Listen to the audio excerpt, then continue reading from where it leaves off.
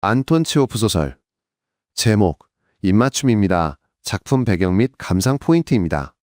안톤 체호프의 소설 입맞춤은 평범하고 소심한 한 남자의 일상에 우연히 찾아온 찰나의 순간이 그의 내면에 어떤 파장을 일으키는지를 섬세하게 그려낸 작품입니다. 19세기 후반. 제정 러시아의 군대 사회와 귀족들의 문화를 배경으로 하고 있으며 당시 널리 퍼져 있던 가식적인 사교계의 모습과 그 속에서 겉도는 개인의 고독을 탁월하게 포착했습니다. 이 작품을 감상하실 때는 거창한 사건이나 극적인 반전보다는 주인공의 마음속에서 일어나는 미세한 감정의 선율에 귀를 기울여 보시기 바랍니다. 한 인간이 느끼는 결핍과 욕망, 그리고 상상력이 빚어내는 환상이 얼마나 강렬할 수 있는지, 또 그것이 현실의 벽에 부딪혔을 때 남겨지는 씁쓸함은 어떤 질감인지를 따라가다 보면 깊은 여운을 느끼실 수 있을 것입니다. 소설을 시작합니다. 5월 20일 저녁 8시, 6개 중대로 이루어진 애니에비 포평여단은 병영으로 이동하던 중 메스체츠키 마을에서 하룻밤을 묵기로 했다. 몇몇 장교는 대포 주위를 돌아다니며 점검하느라 바빴고 나머지 장교들은 교회 울타리 부근에 있는 광장에 집합하여 숙소 담당자의 설명을 듣고 있었다. 그때 평상복 차림의 남자가 괴상한 말을 타고 교회 건물을 돌아 달려오고 있었다. 멋진 목덜미와 짧은 꼬리를 가진 작은 회갈색 말은 어쩐지 옆걸음으로 걷는 것처럼 걸음걸이가 똑바르지 않았고 재빠르게 춤추듯 뛰는 모습은 마치 다리에 채찍을 맞고 있는 것 같았다. 장교들이 모여있는 곳까지 오자 말을 탄 남자는 모자를 약간 들어 올리며 말했다. 이곳 지주이신 폰 라베크 장군께서 차 한 잔 마시러 오시라고 장교님들을 초대하셨습니다. 말은 다시 춤추듯 옆걸음질로 물러났고 사자는 다시 한번 모자를 살짝 들어 올리고는 곧 괴상한 말과 함께 교회 뒤로 사라졌다. 젠장, 졸려 죽겠는데 차 마시러 오라고? 폰 라베크인지 뭔지 여기 차가 어떤 맛인지 다 아는데 말이야.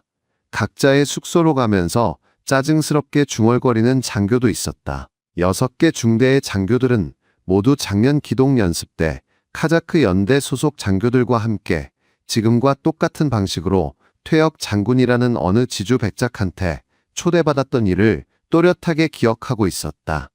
친절하고 사람 좋아하는 백작은 그들에게 맛있는 음식과 술을 대접했을 뿐만 아니라 마을의 숙사로 돌아가려는 그들을 붙잡아 그의 저택에서 묵게 했다.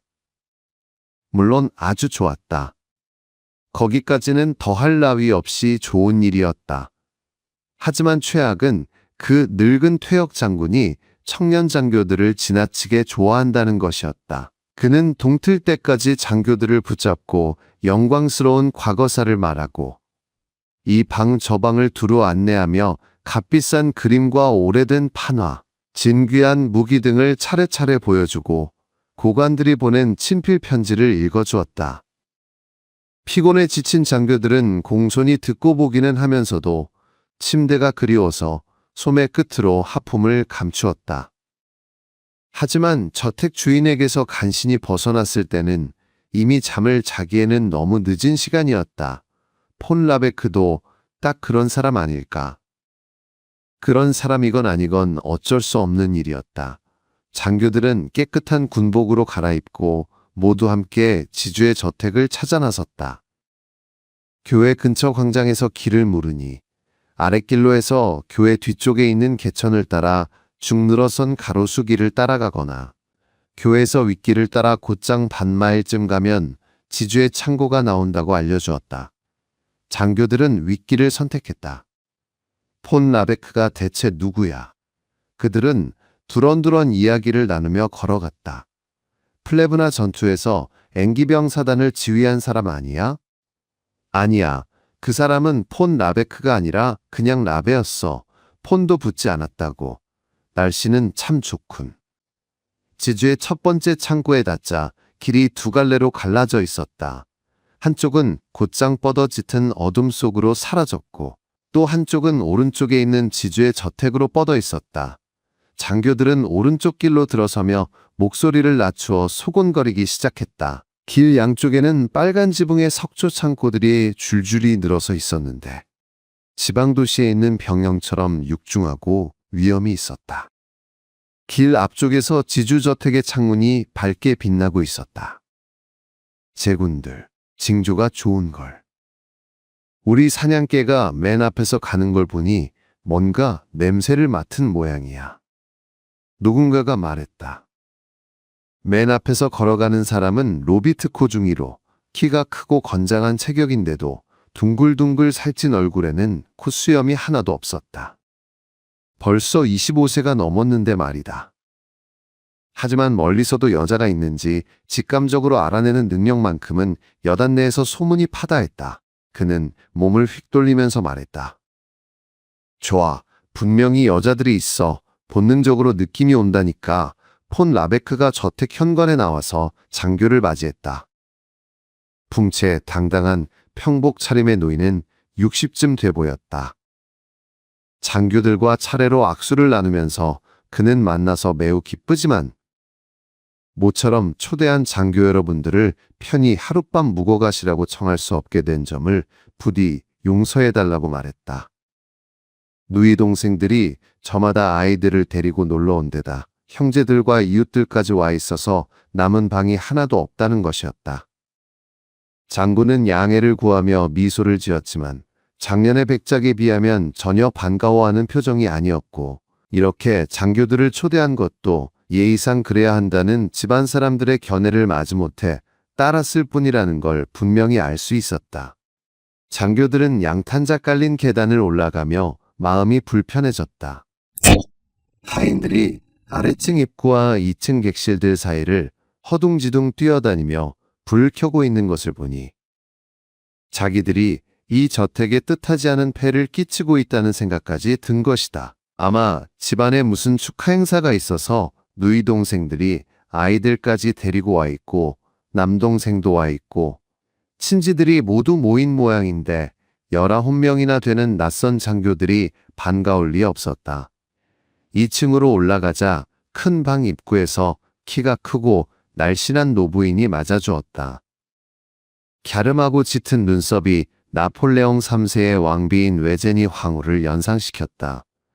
부인은 상냥하고 기품 있게 미소 지으며 손님들을 모시게 되어 참으로 기쁘다고 인사한 다음 다만 하룻밤 편히 묵어 가시라고 청하지 못하는 것을 양해해달라고 덧붙였다.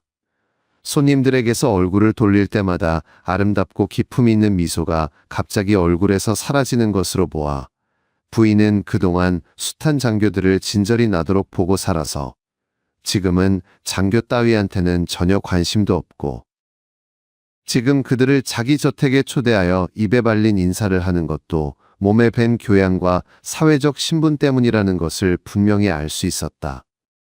장교들은 커다란 식당으로 안내를 받아 들어갔다. 기다란 식탁 한쪽 끝에 10명 남짓한 신사숙녀들이 모여 앉아 차를 마시고 있었다. 그 뒤쪽으로 희미한 여성연 연기에 둘러싸인 남자들이 보이고 그들 사이에 붉은 구레나룻을 기른 야윈 청년이 일어서서 혓잘배기 영어로 뭐라 크게 떠들고 있었다. 그리고 그들 뒤쪽에 있는 문 너머로는 연푸른색 가구로 꾸며진 환한 방이 보였다. 여러분, 사람이 너무 많아서 한 사람씩 일일이 소개해드릴 수는 없겠군요. 각자 편하게 인사들 나누세요. 유쾌하게 보이려고 애쓰면서 장군이 큰 소리로 말했다. 장교들은 어색하게 고개를 끄덕여 인사만 하고 자리에 앉았다. 몇몇은 표정이 너무 진지해서 근엄해 보일 정도였고 나머지 사람들도 몹시 겸연쩍어하며 억지 미소를 지었다. 그 중에서도 특히 어색해 보이는 사람은 랴보비치 대위였다. 그는 안경을 꼈고 살쾡이처럼 구레나룻을 뾰족하게 길렀으며 키가 작고 등이 약간 굽어 있었다. 동료들은 심각하건 어색하건 그나마 미소를 띠고 있었지만 그의 얼굴과 살쾡이 같은 구레나룻과 안경은 마치 저는 여단에서 가장 마음 약하고 가장 소극적이며 가장 별 볼 일 없는 사람입니다 라고 말하는 것 같았다. 처음 식당에 들어선 순간부터 그는 아무리 애를 써도 사람들의 얼굴이나 물건에 집중할 수가 없었다. 수많은 얼굴, 갖가지 의상. 크리스털 콘약병, 술잔에 서리는 김, 벽과 천장의 조각 장식. 그 모든 것이 하나로 녹아들어 거대한 인상을 만들어냈고, 그 때문에 랴보비치는 안절부절못하게 불안해져서 구멍이 있다면 어디라도 숨고만 싶었다. 처음 대중 앞에 나선 연설자처럼 눈앞에 있는 것을 모두 보면서도 확실히 파악할 수 없었던 것이다. 생리학자들은 이렇게 눈으로 보면서도 이해하지 못하는 상태를 정신적 실명이라고 부른다. 얼마쯤 시간이 지나자 랴보비치도 조금씩 주위 환경에 익숙해져서 주위를 관찰하기 시작했다. 소심하고 사교에 익숙하지 못한 사람들이 흔히 그렇듯. 맨 처음 그를 사로잡은 것은 이제껏 자기는 한 번도 가져본 적 없는 것. 다시 말해서 놀랍도록 대범한 사람들의 모습이었다. 폰 라베크, 그의 아내, 중년 여인 둘, 라일락 빛가롯을 입은 숙녀. 그리고 나중에 라베크의 막내 아들로 밝혀진 붉은 구레나룻의 젊은이가 마치 미리 연습이라도 해둔 것처럼 아주 자연스럽게 장교들 사이에 끼어앉더니 손님들이 끼지 않을 수 없도록 순식간에 맹렬한 논쟁을 시작했다. 라일락 빛가롯을 입은 숙녀는 포병들이 기병이나 보병보다 훨씬 편하다고 열렬하게 주장했고, 폰 라베크와 중년 부인 둘은 반대론을 주장했다. 논쟁은 뜨겁게 계속되었다.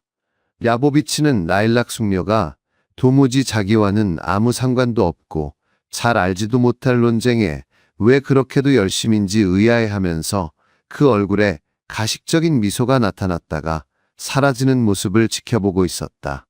폰 라베크와 그의 가족들은 장교들을 교묘하게 논쟁 속으로 끌어들였고, 그러는 동안에도 손님들의 잔에 음료수가 남아있는지, 설탕이 필요한 사람은 없는지, 왜 저 사람은 비스킷을 먹지 않는지, 왜 저 사람은 코냑을 마시지 않는지 예리하게 살폈다. 보고 듣는 시간이 길어질수록 랴보비치는 점점 더 가식적이지만 멋지고 세련된 가족들에게 호감을 느꼈다. 차를 마신 뒤 장교들은 커다란 홀로 안내되었다. 로비트코 중위의 육감은 틀리지 않았다. 홀에는 아가씨와 젊은 부인들이 많이 있었고, 로비트코 중위는 어느새 검은 옷을 입은 금발의 어린 아가씨 곁에 서 있었다. 그는 보이지 않는 검에 기대기라도 한 듯 대담하게 몸을 기울이고 미소를 지으며 의식적으로 어깨를 흔들었다. 뭔가 재미있는 농담을 한 모양인데, 금발 아가씨는 예의상 들어준다는 표정으로 그의 통통한 얼굴을 쳐다보며 정말요? 하고 물었다. 그 시큰둥하고 냉담한 말투를 듣는 순간 영리한 사냥개라면 돌격해 물고 늘어질 상대가 아니라고 판단하고 당장 단념했을 것이다. 피아노 연주가 시작되었다. 구슬픈 왈츠의 멜로디는 활짝 열린 창문 밖으로 흘러나갔고, 문득 사람들은 모두 지금 창밖은 봄, 5월 저녁이라는 사실을 깨달았다. 모두들 갑자기 공기 속에서 포플러의 어린 잎사귀들과 장미, 그리고 라일락 향기가 풍기는 것을 느꼈다. 랴보비치는 코냑에 취해, 음악에 취해 창밖을 바라보며 미소를 지었다. 그리고 여인들의 움직임을 관찰하기 시작했다. 장미, 포플러, 라일락 향기가 정원이 아니라 여인들의 얼굴과 옷에서 풍기는 것 같았다. 폰 라베크의 아들은 엄청 마른 아가씨에게 춤을 청해서 호란을 돌며 2번 왈츠를 추었다. 로비트코는 마룻바닥 위를 미끄러지듯이 라일락빛 옷을 입은 숙녀에게 달려가 함께 춤을 추었다. 그렇게 무도회가 시작되었다.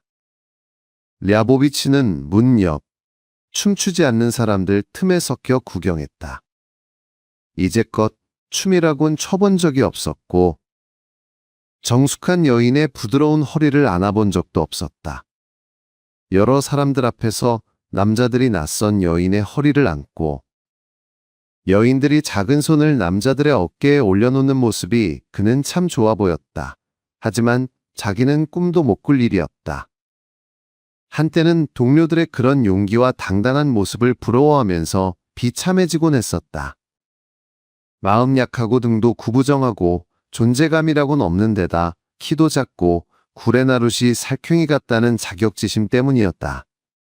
하지만 이제는 그런 생각에도 익숙해져서 춤추는 사람이나 큰 소리로 담소하고 있는 사람들을 보아도 부럽지는 않았고 다만 조금 서글플 뿐이었다. 4명씩 짝을 지어 추는 카드리오가 시작되자 폰 라베크의 아들은 춤을 추지 않는 장교 2사람에게 당구를 치러 가자고 말했다. 2사람은 좋다며 얼른 그를 따라 나섰다. 랴보비치는 딱히 할 일도 없고 그들과 어울리고 싶은 생각에 슬슬 그 뒤를 따라갔다. 홀에서 나온 그들은 객실을 지나고 유리문이 달린 긴 복도를 지나서 어느 방으로 들어갔다. 긴 소파에 앉아 선잠을 자던 하인 셋이 깜짝 놀라 벌떡 일어났다. 그러고도 끝없이 이어지는 방을 한참 더 지나서 라베크의 아들과 장교들은 당구대가 놓여있는 아담한 방에 도착했다. 곧 게임이 시작되었다. 할 줄 아는 게임이라곤 트럼프밖에 없는 랴보비치는 무심히 당구대 옆에 서서 당구 치는 사람들을 구경했다. 그들은 우솥 단추를 풀어 헤치고 휴대를 손에 들고는 이리저리 걸어다니며 그로서는 도무지 알아들을 수 없는 농담들을 해댔다.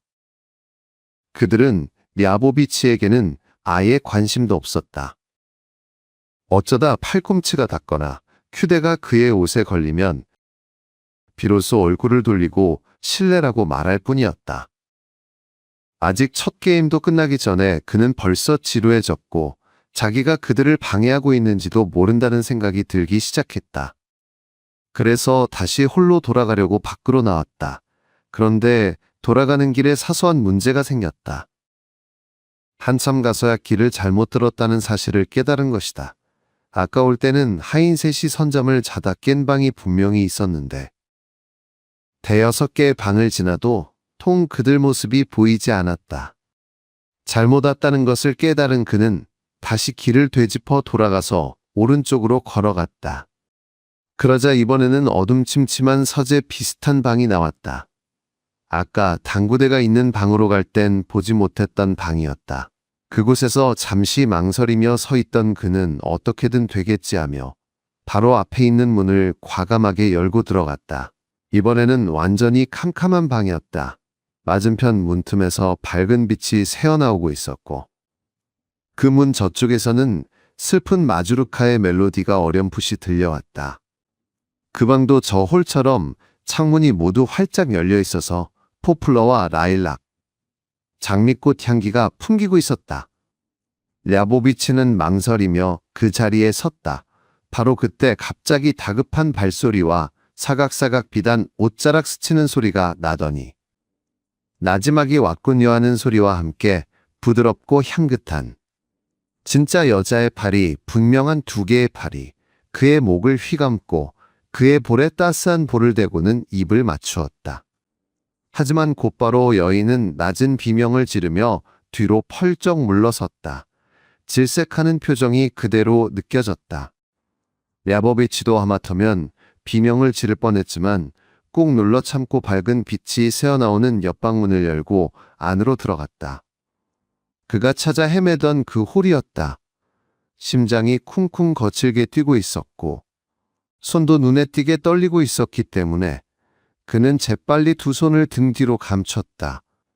처음에는 모르는 여자가 자기를 끌어안고 키스했다는 사실을 사람들이 알면 어쩌나 무서워서 몸을 움츠린 채 불안하게 주위를 둘러보았지만 홀에 있는 사람들은 여전히 태평스럽게 춤을 추거나 이야기를 나누고 있었다.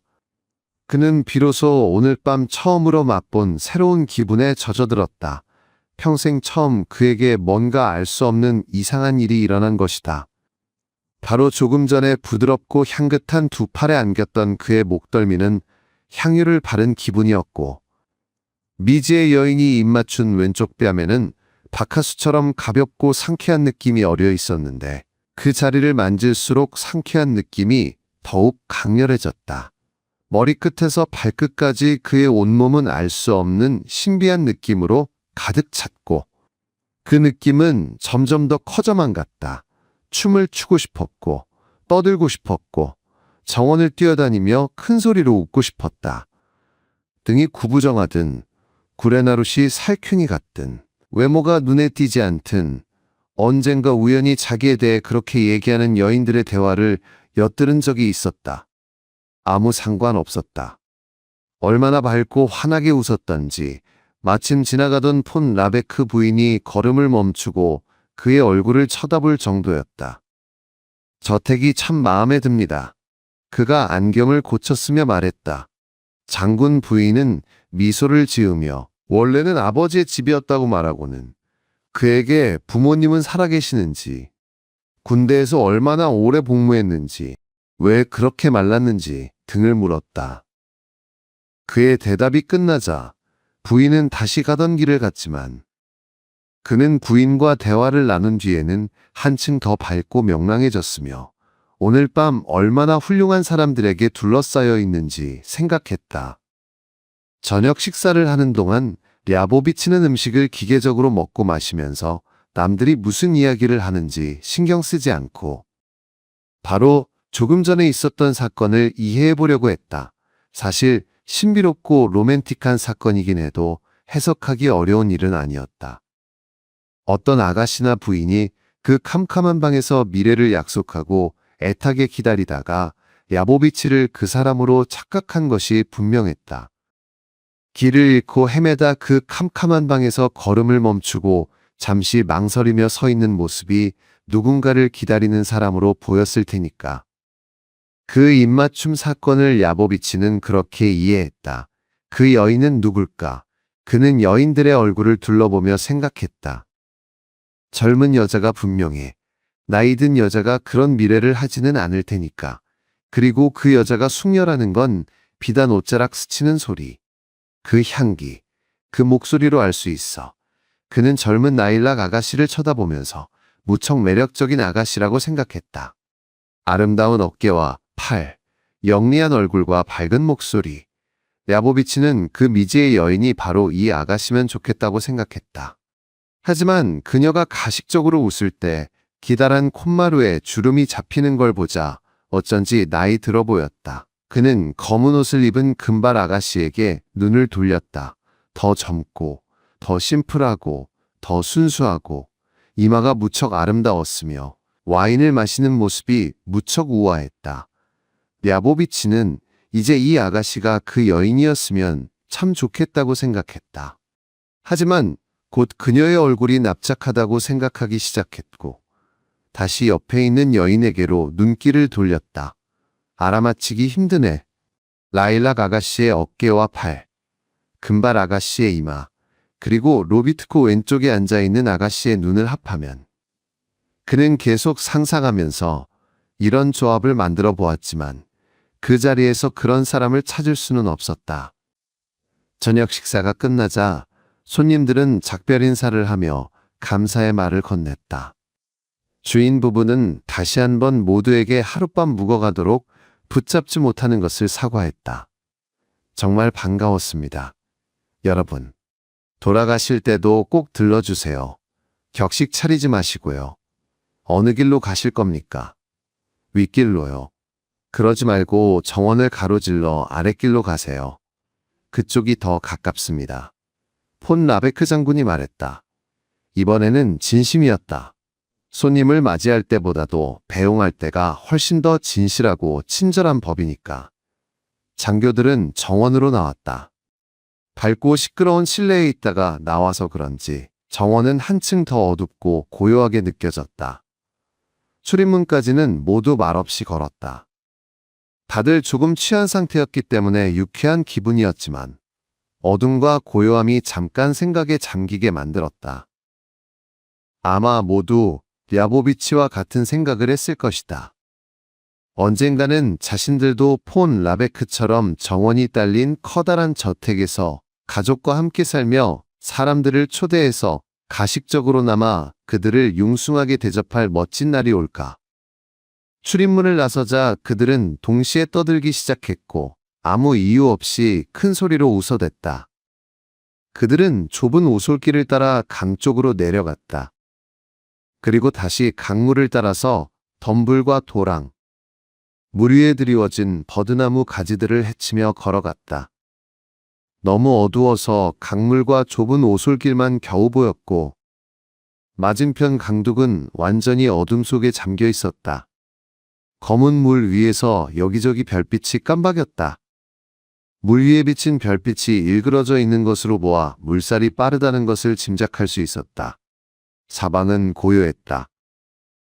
건너편 기슭에서 도요새가 구슬피 울고 있었고 이쪽 덤불에서는 꾀꼬리가 장교들 따위는 전혀 아랑곳하지 않고 목청껏 노래를 불렀다. 장교들이 덤불 근처에 서서 나무를 흔들었지만 꾀꼬리는 계속 노래를 불렀다.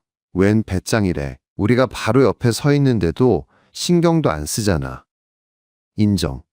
다들 감탄해서 외쳤다. 오솔길은 곧 언덕길로 이어져서 교회 울타리 앞에서 큰 길과 합쳐졌다. 힘들게 언덕길을 올라온 장교들은 잠시 앉아 담배를 피우면서 쉬었다. 건너편 강둑 위에 빨간 불꽃이 희미하게 보였다. 할 일 없이 앉아있던 장교들은 그 불빛이 모닥불인지 창문에 불빛인지를 두고 한동안 입씨름을 했다. 랴보비치도 역시 불빛을 바라보고 있었지만 그는 그 불빛이 마치 아까의 키스 사건을 알고 있다고 미소 지으며 다정하게 눈짓하는 것 같다고 상상했다. 막사로 돌아오자 랴보비치는 재빨리 옷을 벗고 침대에 누웠다. 룸메이트는 로비트코와 메르즐랴코프 중이었다. 메르즐랴코프는 조용하고 말수 적고 키 작은 장교로 동료들 중에서도 교육을 많이 받은 사람이었고 유럽 통보를 늘 품에 넣고 다니며 틈날 때마다 꺼내 읽곤 했다. 로비트코는 옷을 벗고 나서도 뭐가 불만스러운지 방 안을 한동안 서성거리더니 결국 병사를 불러 맥주를 가져오게 했고 메르즐야코프는 침대에 누워 머리맡에 촛불을 켜놓고 유럽 통보를 읽기 시작하였다. 대체 누굴까? 랴보비치는 연기에 그을린 천장을 쳐다보며 생각했다. 그의 목덜미는 여전히 향유를 바른 듯했고 입가에서는 여전히 박하수처럼 싱그러운 향기가 느껴졌다. 라일락빛 옷을 입은 아가씨의 어깨와 팔, 검은 옷을 입은 금발 아가씨의 이마와 순수한 눈매, 여자들의 허리, 옷, 브로치들이 생생하게 떠올랐다. 그는 그 이미지들을 붙잡아 보려고 애썼지만 상상 속 이미지들은 춤추며 돌아다니다가 부서지거나 깜빡이며 넓고 어두운 배경 속으로 사라졌고 눈을 감으면 급한 발소리와 비단 옷자락 스치는 소리, 그리고 키스 소리, 그리고 그를 사로잡는 강렬한 기쁨.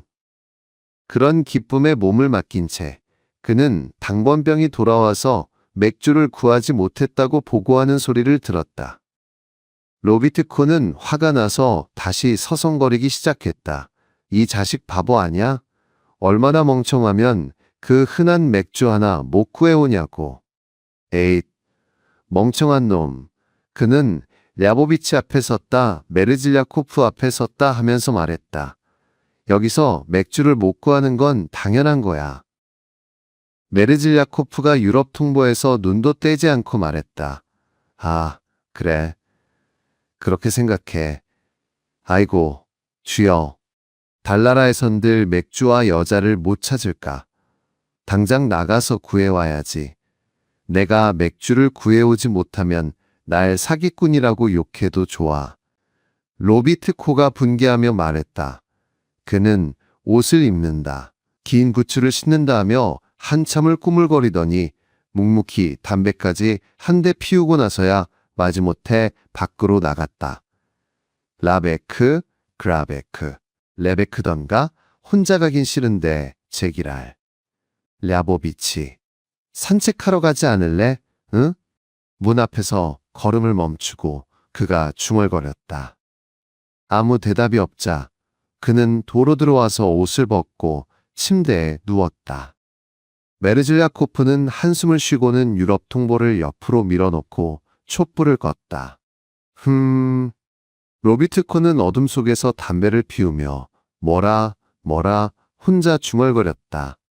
야보비치는 머리까지 모포를 푹 뒤집어 쓰고 몸을 새우처럼 구부리고는 상상 속에서 어른거리는 환상들을 주워 모아 완전한 모습으로 만들려고 애쓰다가 잠들었다. 그가 기억하는 마지막 생각은 누군가가 자기를 꼭 깨워놔 주었다는 것.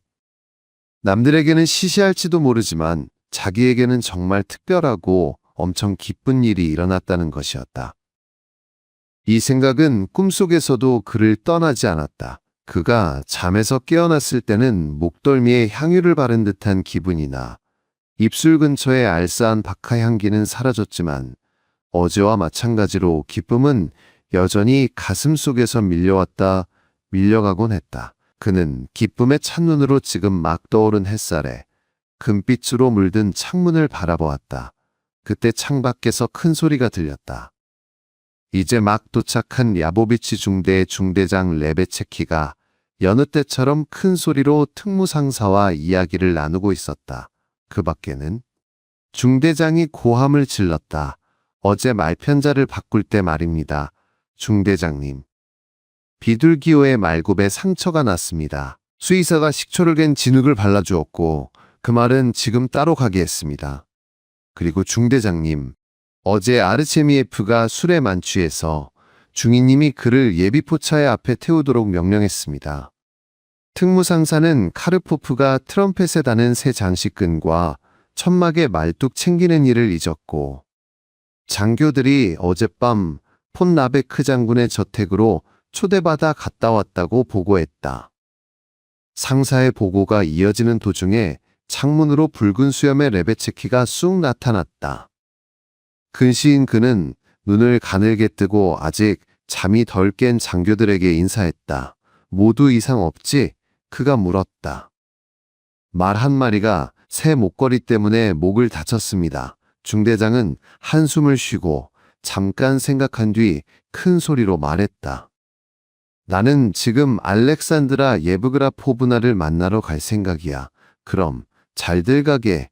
이따가 저녁 때 보세. 15분 뒤에 여단은 행군을 시작했다. 지주의 창고 옆을 지나갈 때 야보비치는 오른쪽에 있는 저택을 바라보았다. 창문에는 모두 덧문이 내려져 있었다. 아직 모두 자고 있는 것이 분명했다. 어젯밤에 야보비치에게 키스한 여인도 자고 있을 것이다. 그는 그녀가 잠자는 모습을 상상했다. 활짝 열어젖힌 침실 창문. 창문을 들여다보고 있는 지푸른 나뭇가지들, 싱그러운 아침 공기, 포플러와 라일락 그리고 장미꽃 향기, 침대. 의자 위에는 어젯밤 옷자락 스치는 소리를 냈던 비단옷이 걸려있고 작고 예쁜 슬리퍼, 테이블 위에 놓은 작은 시계. 그 모든 것들이 손에 잡힐 듯 또렷하게 떠올랐다. 하지만 가장 중요한 것, 눈, 코, 입, 졸음에 겨운 사랑스러운 미소에 이르면 상상 속의 모습은 마치 손가락 사이로 빠져나가는 수은처럼 금세 미끄러져 떨어졌다.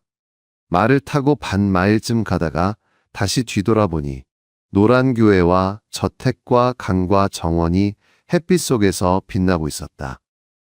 양쪽에 눈부신 녹색 기슭으로 채색된 강물 위에 가득 담긴 푸른 하늘은 군데군데 은빛으로 반짝이는 햇살로 퍽 아름다웠다.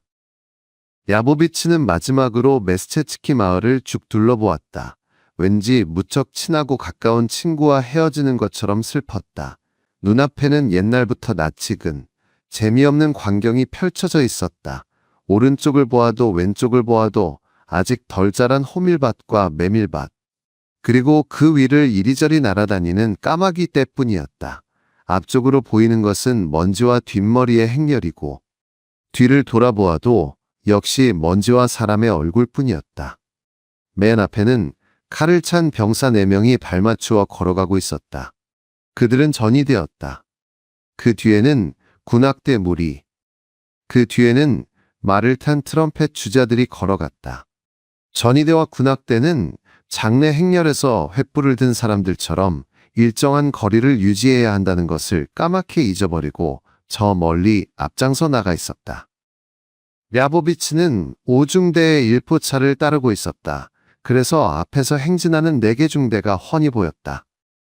군인이 아닌 사람들은 이렇게 길고 답답한 행렬로 부대가 이동하는 것이 참 이해하기 힘들 것이다. 대체 왜 대포 주위에 그렇게 많은 군인들이 있는지, 대체 왜 그렇게 많은 말들이 괴상한 마구로 가로 세로 얽어매어져 대포를 끌고 가는지, 진짜로 대포가 그렇게 무겁고 두려운 물건인지 알 수 없다면서 말이다. 하지만 모든 것을 샅샅이 알고 있는 랴보비치에게는 시시한 일이었다. 각 중대의 선두에 있는 장교마다 왜 건장한 포병 하사관이 한 명씩 나란히 붙어서 가고 있는지, 왜 그들이 폭격수라고 불리는지도 알고 있었다. 하사관 바로 뒤에는 1번 기마병, 그리고 중간 기마병 무리가 보였다. 랴보비치는 그들이 타고 있는 왼쪽 말들이 안장마, 오른쪽 말들이 예비마라는 것도 잘 알고 있었다. 그건 역시 지극히 시시한 일이었다. 기마병 뒤에는 다시 말 2마리가 걸어갔다. 그중 한 마리에는 어제의 먼지가 등에 그대로 뽀얗게 쌓여있는 병사가 오른쪽 다리에 우스꽝스럽게 생긴 나무 토막을 붙이고 있었다. 랴보비치는 그 나무 토막의 용도를 알고 있었기 때문에 역시 전혀 재미있지 않았다. 말을 탄 병사들은 모두 기계적으로 채찍을 휘두르며 가끔씩 소리를 질렀다. 대포 자체는 보기 흉했다. 포차 앞에는 방수포로 대포 귀리 자루가 쌓여 있고 포신에는 주전자, 병사들의 배낭이며 조그만 자루들이 잔뜩 걸려 있어 마치 사람과 말에 둘러싸인 온순한 동물 같았다. 대포 양쪽에서 포수 6명이 두 팔을 흔들며 성큼성큼 걷고 있었다. 대포 뒤에는 다시 하사관과 전령, 기마병의 행렬이 시작되고 그 뒤에 주렁주렁 짐을 매단 꼴 보기 싫은 대포가 끌려갔다. 제2의 대포 뒤에 다시 제3, 제4의 대포가 뒤따르고 4번째 대포 옆에는 장교가 1명 있었다. 여단에는 6개 중대가 있었고 중대마다 대포 4문이 있었다. 이렇게 해서 행렬은 무려 반마일이나 이어지고 있었다. 행렬 맨 끝에는 진마차가 따르고 있었고 그 옆에는 잘생긴 당나귀 마가레가 뾰족하고 긴 귀가 붙은 머리를 숙이고 생각에 잠긴 듯 걷고 있었다. 어떤 중대장이 터키에서 데리고 온 놈이었다. 랴보비치는 무심하게 주위를 두리번거리며 앞사람의 뒤통수와 뒷사람의 얼굴을 바라보았다. 여느 때 같으면 꾸벅꾸벅 졸고 있었을 텐데 지금은 무척이나 새롭고 즐거운 생각에 빠져 있었다. 부대가 행진을 시작했을 때만 해도 그는 입맞춤 사건은 신비로운 체험이었을 뿐 실제로는 아주 사소하고 하찮은 일이고 그것을 진지하게 생각하는 것은 어리석은 짓이라고 생각하려고 했었다. 하지만 곧 그런 생각을 깨끗이 털어버리고 공상에 몸을 맡겼다. 그 순간 그는 폰 라베크 저택의 거실에서 라일락 아가씨와 검은 옷을 입은 금발 아가씨를 섞어놓은 듯한 소녀와 나란히 앉아 있었다. 눈을 감고 그는 상상 속으로 빠져들었다. 미지의 여인과 함께 있는 자신의 모습이 보였다. 형체가 불분명한 그녀와 이야기를 나누고 그녀를 쓰다듬고 그녀의 어깨에 기대고 전쟁과 이별, 그리고 그 후의 재회, 그리고 아내와 함께하는 저녁 식사, 그리고 아이들, 브레이크를 걸어 언덕길을 내려갈 때마다 구령이 울렸다. 그 역시 브레이크를 걸어 하고 외쳤지만 그때마다 그 고함 소리 때문에 공상이 깨질까 두려웠다. 어느 지주의 영지를 지나는 동안 랴보비치는 울타리 너머로 정원을 들여다보았다. 긴 자처럼 곧게 뻗은 노란 모래길. 그리고 길 양쪽에 늘어선 어린 자작나무들이 눈에 들어왔다. 공상에 빠진 사람 특유의 강렬한 집념으로 그는 여인의 작은 발이 그 금빛 모래를 밟고 가는 장면을 그려보았다. 그러자 정말 뜻밖에도 자기에게 키스했던 그 여인의 모습, 어제 저녁에 식사를 하면서 내내 마음속에 그렸던 여인의 모습이 뚜렷이 나타났다. 그 모습은 그의 머릿속에 각인되어 2번 다시 그를 떠나지 않았다. 정오가 되자 뒤쪽 진마차 부대 쪽에서 구령 소리가 들렸다. 차렷 좌로 봐. 경내. 흰말 2마리가 끄는 마차를 타고 여단장이 지나가고 있었다. 그는 이중대 부근에서 마차를 세우고 뭐라 큰 소리로 외쳤지만 무슨 말인지 제대로 들리지 않았다. 장교 몇 명이 여단장에게 말을 달렸다. 랴보비치도 끼어 있었다. 어때? 환자는 없나? 장군이 붉게 충혈된 눈을 껌벅이며 물었다. 대답을 들으면서 몸집이 작고 마른 장군은 잠시 생각하더니 장교 하나에게 이렇게 말했다. 자네 중대 3포차 앞에 누군가 각반을 풀어서 걸어놓았더군. 그놈을 찾아서 쳐버려. 그리고 랴보비치에게 눈을 치뜨면서 말했다. 자네 중대 맨 앞 포차끈은 너무 긴 것 같더군. 그는 몇 마디 더 주의를 준 다음 로비트코를 보고 싱긋 웃었다. 로비트코 중위, 오늘 무척 슬퍼 보이는군. 로프오바 부인 때문에 그래? 응? 제군들, 이 친구는 로프오바 부인이 그립다는군. 로프오바 부인은 무척 뚱뚱하고 키가 크고 벌써 오래전에 40을 넘긴 여인이었다.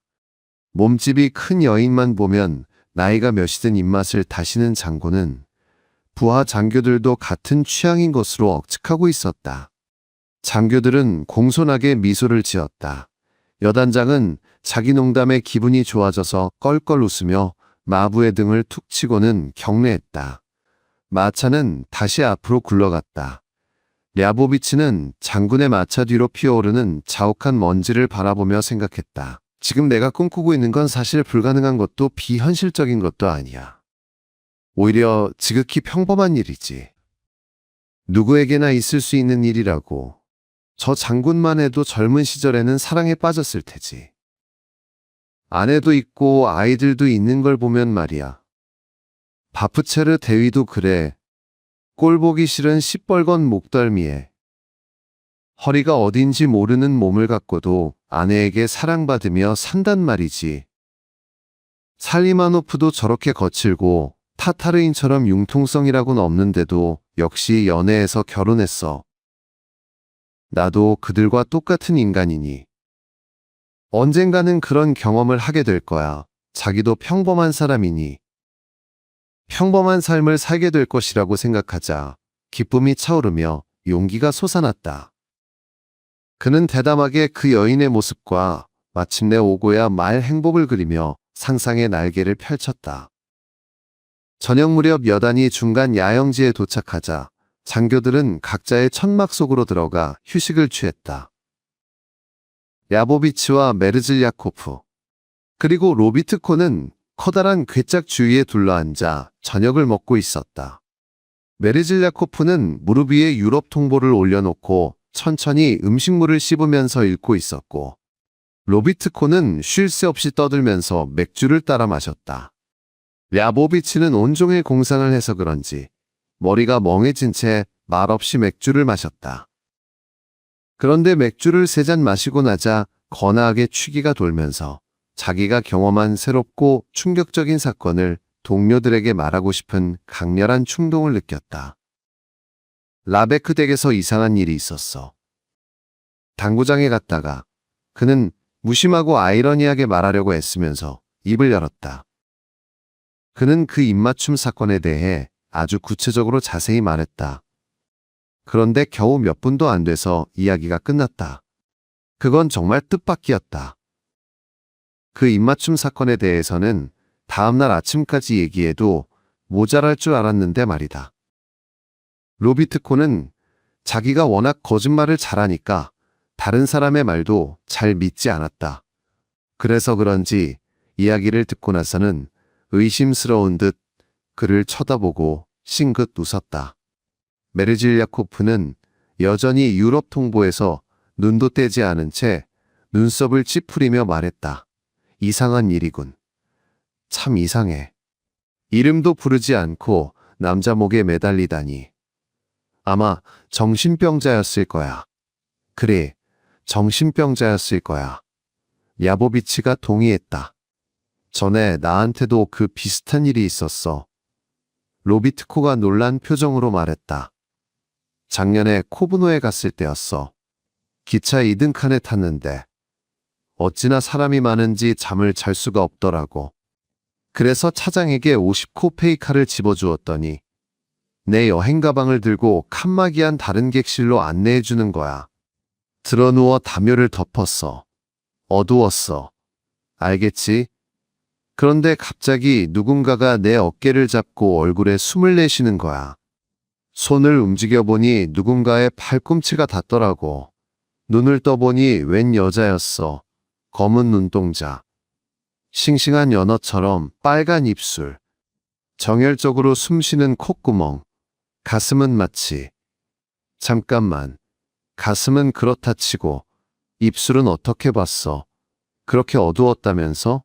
메르질야코프가 조용히 끼어들었다. 로비트코는 어떻게든 얼버무리려고 메르질야코프의 둔한 감각을 비웃기 시작했다. 랴보비치는 기분이 상했다. 그는 괴짝 곁을 떠나 침대 속으로 들어가 누워 고백 따위 다시는 절대로 하지 않으리라 다짐했다. 병영 생활이 시작되었다.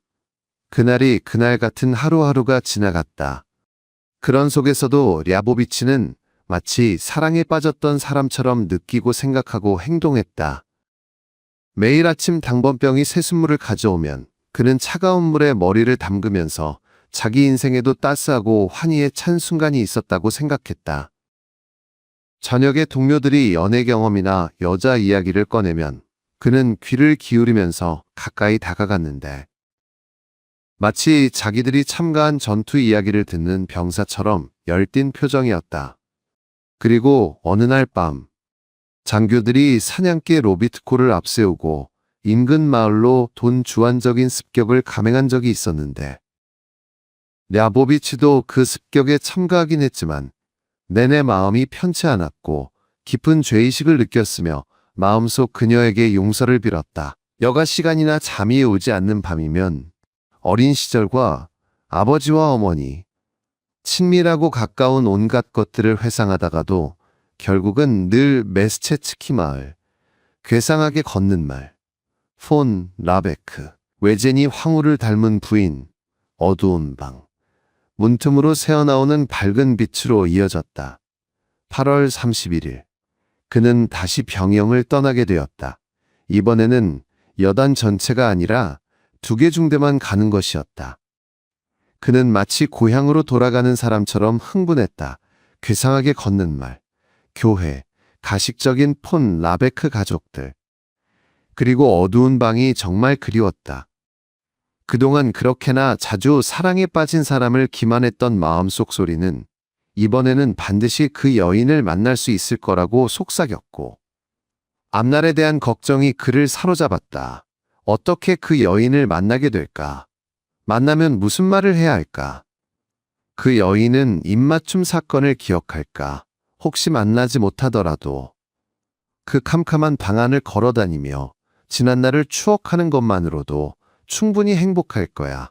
저녁 무렵 멀리 지평선의 눈에 익은 교회와 하얀 석조 창고들이 나타났다. 랴보비치의 가슴이 쾅쾅 뛰기 시작했다. 옆에서 나란히 행진하는 장교가 뭐라 말을 걸었지만 무슨 소린지 들리지도 않았다. 그는 모든 것을 잊고 멀리서 반짝이는 강물, 저택의 지붕, 비둘기집, 석양빛 속에서 원을 그리며 날고 있는 비둘기 떼 등을 바라보고 있었다. 교회 부근으로 말을 타고 가는 동안에도, 숙소 담당자의 설명을 듣고 있는 동안에도 그는 울타리 뒤에서 괴상한 말을 탄 사나이가 갑자기 나타나 장교들에게 차 마시러 오라고 초대하기를 이제 나저제나 기다렸다. 하지만 숙소 담당자의 설명이 끝나고 장교들이 바쁜 걸음으로 또는 어슬렁거리며 마을로 돌아가는 동안에도 말탄 심부름꾼은 나타나지 않았다. 폰 라베크는 농부들한테서 우리가 왔다는 말을 듣자마자 사람을 보낼 거야. 랴보비치는 배정받은 오두막으로 들어가면서 생각했다. 그래서 왜 동료들이 촛불을 켜는지, 왜 병사들이 허둥지둥 사모바르를 준비하는지 도무지 이해할 수 없었다. 고통스러운 불안감이 그를 사로잡았다. 그는 누웠다가 다시 일어나 창문을 내다보았다. 하지만 말탄 심부름꾼의 모습은 전혀 보이지 않았다. 그는 다시 누웠지만 안절부절 못하고 반 시간 만에 다시 일어나 교회 쪽으로 걸어갔다. 교회 울타리 부근에 있는 컴컴한 광장은 텅 비어 있었다. 병사 3명이 언덕의 내리막길 입구에 조용히 서 있다가 야보비치를 보자 당황하며 경례했다.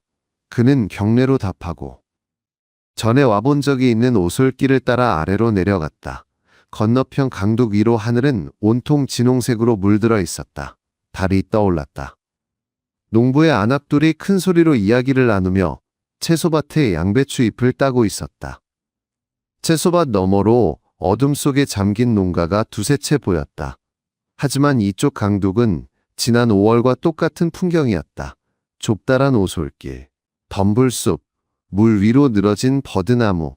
다른 것이 있다면 그 용감한 꾀꼬리 소리가 들리지 않고 어린 포플러의 풋풋한 향기가 나지 않는 것이었다. 정원에 오자 랴보비치는 출입문 너머로 안쪽을 들여다보았다. 정원은 어둡고 고요했다. 보이는 것이라곤 근처에 서 있는 하얀 자작나무 줄기와 가로수길의 한쪽 끝뿐이고 나머지는 모두가 시꺼먼 어둠 속에 잠겨 있었다. 랴보비치는 줄곧 귀를 기울이면서 눈을 크게 뜨고 주위를 살폈지만 15분이 지나도록 부스럭거리는 소리 하나, 불빛 하나 보이지 않았기 때문에 다시 힘없이 되돌아섰다. 그는 강으로 내려갔다. 앞쪽에 장군 저택의 수영장과 작은 다리의 난간에 걸어놓은 하얀 시트가 보였다. 그는 다리 위로 올라가 잠시 서 있다가 할 일 없이 시트를 만져보았다. 거칠하고 차가웠다. 그는 강물을 내려다보았다. 빠르게 흐르는 물살이 수영장의 말뚝에 부딪히는 소리가 희미하게 들렸다. 붉은 달이 왼쪽 강물 위에 비쳤고 잔물결이 끊임없이 물에 비친 달을 늘렸다 줄였다, 찢었다 부셨다 하고 있었다. 달을 멀리 가져가고 싶은 것처럼. 정말 바보야. 정말 어리석어. 모든 게 정말 어리석기 짝이 없어. 흘러가는 강물을 바라보며 랴보비치는 생각했다.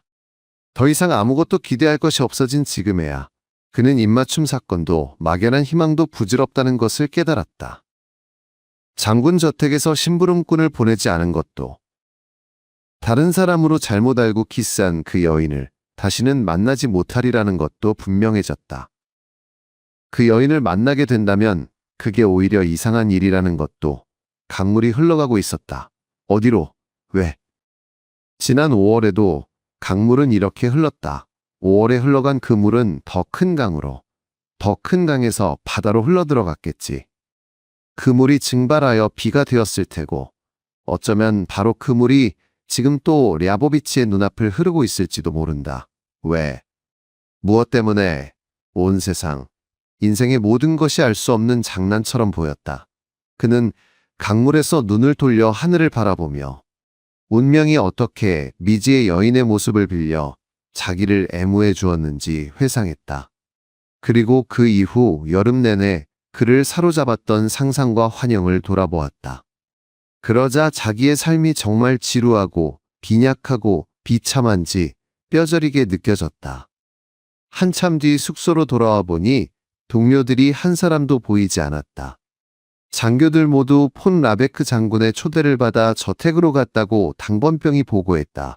순간 랴보비치의 가슴에 기쁨이 불길처럼 타올랐다. 하지만 그는 곧 불을 끄고 침대에 누웠다. 자신의 운명에 분개하여 그 안가품으로 그는 장군 댁에 가지 않았다. 인문학적 고찰입니다. 안톤 체호프의 소설 입맞춤은 표면적으로는 착각에서 비롯된 한 남자의 짧은 해프닝을 다루고 있는 듯 보이지만 그 기저에는 인간은 무엇으로 살아가는가, 그리고 우리를 지탱하는 삶의 의미란 얼마나 취약하고 허구적인 기반 위에 서 있는가 라는 본질적이고 인문학적인 질문이 아주 짙게 깔려 있습니다. 소설의 주인공인 야보비치 대위는 단순한 제정 러시아 시대의 평범한 포병 장교가 아니라 무의미하고 반복적인 일상 속에서 구원과도 같은 특별한 의미를 갈망하며 살아가는 우리 모두의 서글픈 초상입니다. 인간은 본질적으로 자신의 삶의 이야기를 부여하고 서사를 짓는 존재, 즉 호모나란스입니다. 야보비치의 일상은 뿌연 먼지가 쌓인 길을 걷는 행군, 괴상하게 걷는 말, 무겁고 두려운 대포의 부속품들, 그리고 언제나 똑같이 반복되는 지루한 병영 생활로 대변되는 극도의 산문적이고 건조한 현실이었습니다. 그는 자신의 삶을 지루하고 빈약하며 비참하다고 여겼고, 스스로를 외모도 볼품없고 존재감마저 없는 소심한 인간으로 규정하며 세계로부터 자신을 소외시키고 있었습니다. 그러나 어두운 방에서 우연히, 그리고 철저한 오해와 실수로 인해 그에게 주어진 단 한 번의 낯선 입맞춤은 그의 잿빛 세계에 찬란하고도 시적인 파문을 일으킵니다. 이 소설은 인간이 의미를 창조해내는 과정의 경이로움과 그 상상력의 위대함, 그리고 동시에 그 모든 것이 무너져 내렸을 때 마주하게 되는 허망함을 동시에 보여줍니다. 야보비치는 자신에게 입맞춤을 한 대상이 누구인지 명확히 특정하지 못함에도 불구하고 찰나에 스쳐 지나간 라일락의 향기, 사각거리는 비단 옷자락 소리, 그리고 자신의 목을 감았던 부드러운 팔이라는 파편화된 감각만을 재료 삼아 세상에서 가장 완벽한 사랑의 서사를 직조해냅니다. 그는 전장으로의 떠남과 이별, 먼 훗날의 애틋한 재회, 그리고 따뜻한 아내와 함께하는 저녁 식사와 아이들까지 상상하며 단 하나의 우연한 감각적 경험을 바탕으로 자신의 전생애를 뒤덮을 거대한 환상의 성을 쌓아 올립니다.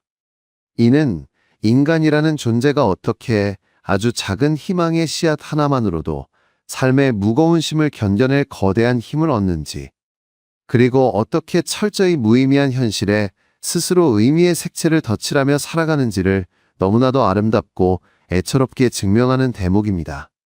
그러나 체호프는 이 따뜻하고 달콤한 환상 속에 인물을 영원히 머물게 두지 않는 냉철한 작가입니다.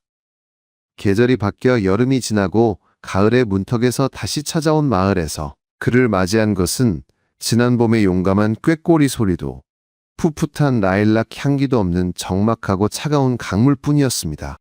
달빛을 부수며 어디로, 왜 흘러가는지 모를 그 시퍼런 강물은 우주와 자연의 거대한 무관심을 상징합니다. 야보비치가 마주한 궁극적인 비극은 자신이 사랑했던 여인을 잃은 것이 아닙니다. 애초에 자신을 향한 사랑 따위는 단 한순간도 존재하지 않았고, 그 모든 빛나던 순간들이 그저 우연한 시공간의 엇갈림이 만들어낸 알 수 없는 장난이었음을, 즉 자신의 삶이 세계의 거대한 목적이나 필연과는 아무런 상관없이 궤도를 돌고 있다는 뼈아프고 차가운 진실을 깨달은 데 있습니다. 결국 이 작품은 환상이라는 아름다운 렌즈가 산산조각이 나버린 후 세계의 무의미성과 정면으로 마주해야만 하는 한 인간의 실존적 고독에 대한 깊고 묵직한 인문학적 성찰을 담고 있으며, 우리에게 허구가 사라진 맨얼굴의 삶을 어떻게 견디며 살아갈 것인가 하는 묵직한 화두를 던집니다. 심리학적 고찰입니다. 심리학적인 렌즈. 그 중에서도 특히 칼융의 분석 심리학과 지그문트 프로이트의 방어기제 이론을 통해 들여다볼 때 야보비치라는 인물은 억압된 욕망과 투사의 메커니즘을 보여주는 매우 흥미롭고 애처로운 임상적 텍스트입니다. 그의 심리적 궤적은 깊은 자격지심과 열등감에서 출발하여 우연한 사건을 계기로 거대한 자기 기만적 심리적 보상을 이루었다가 결국 뼈아픈 자아의 직면으로 추락하여 스스로를 고립시키는 방어적 퇴행의 과정을 거치고 있습니다. 야보비치는 자신을 여단에서 가장 마음 약하고 가장 소극적이며 가장 별 볼 일 없는 사람, 나아가 살쾡이 같은 구레나룻에 등이 약간 굽은 사람으로 지속해서 자조적으로 묘사합니다. 이는 단순한 겸손이나 수줍음의 발로가 아니라 그의 심연에 깊숙이 뿌리박힌 파괴적인 신체상의 왜곡이자 심리적 콤플렉스입니다. 타인과의 관계 맺기에 번번이 실패한 그는 화려한 사교장이나 당구장에서도 겉돌며 자신을 철저히 무대의 구계자로 소외시킵니다. 그의 이러한 억압된 리비도와 생명 에너지는 정상적인 탈출구를 찾지 못한 채 무의식의 어두운 수면 아래로 무겁게 침전되어 있었습니다.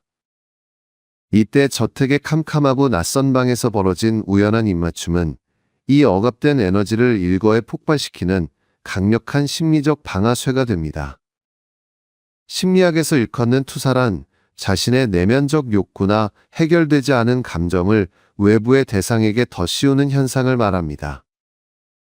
야보비치에게 다가와 입을 맞춘 상대는 짙은 어둠 속에 가려져 얼굴조차 알 수 없는 존재였지만 오히려 완벽한 백지 상태였기 때문에 그는 자신의 이상형, 즉 융심리학에서 말하는 남성 무의식 속의 완벽한 여성상인 아니마를 그 미지의 대상에게 마음껏 투사할 수 있었습니다.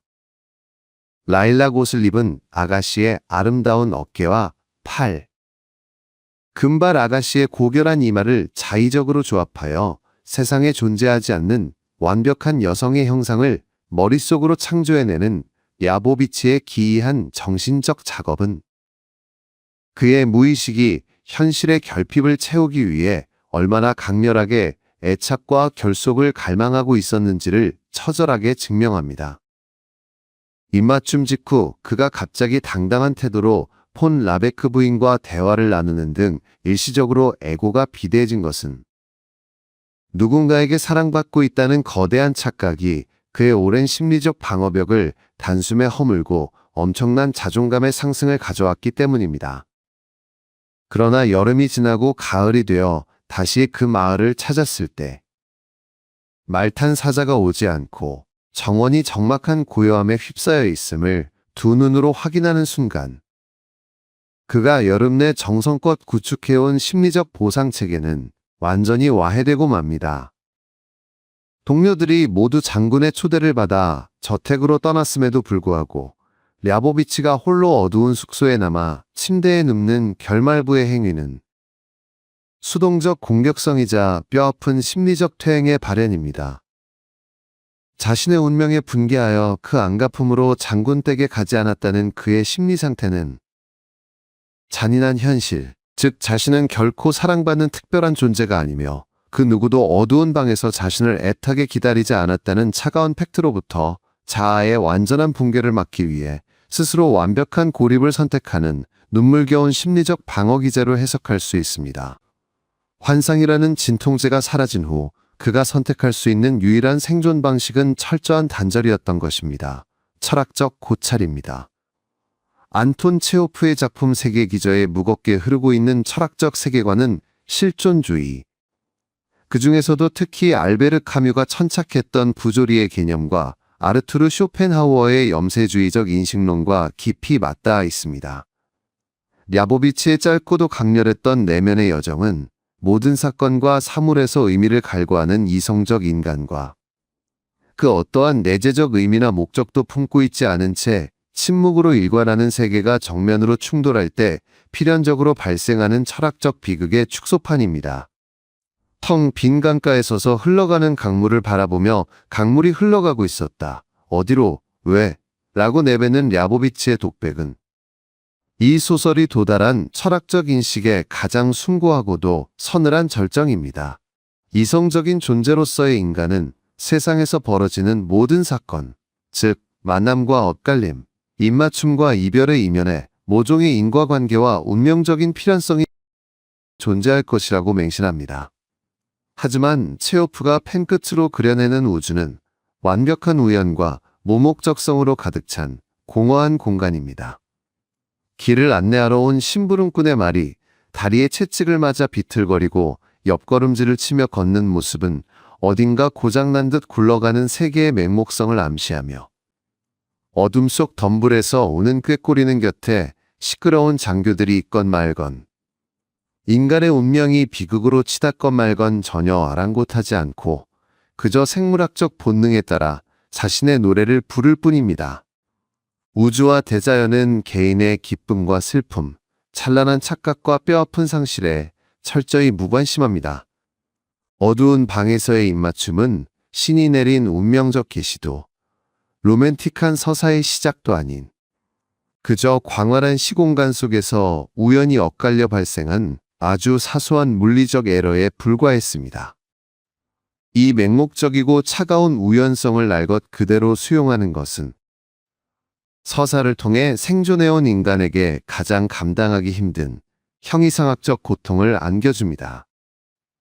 쇼펜하우어는 자신의 저서에서 인간이 인식하는 이 세계는 결국 각자의 주관적 의지가 투영되어 만들어낸 표상에 불과하다고 일갈했습니다.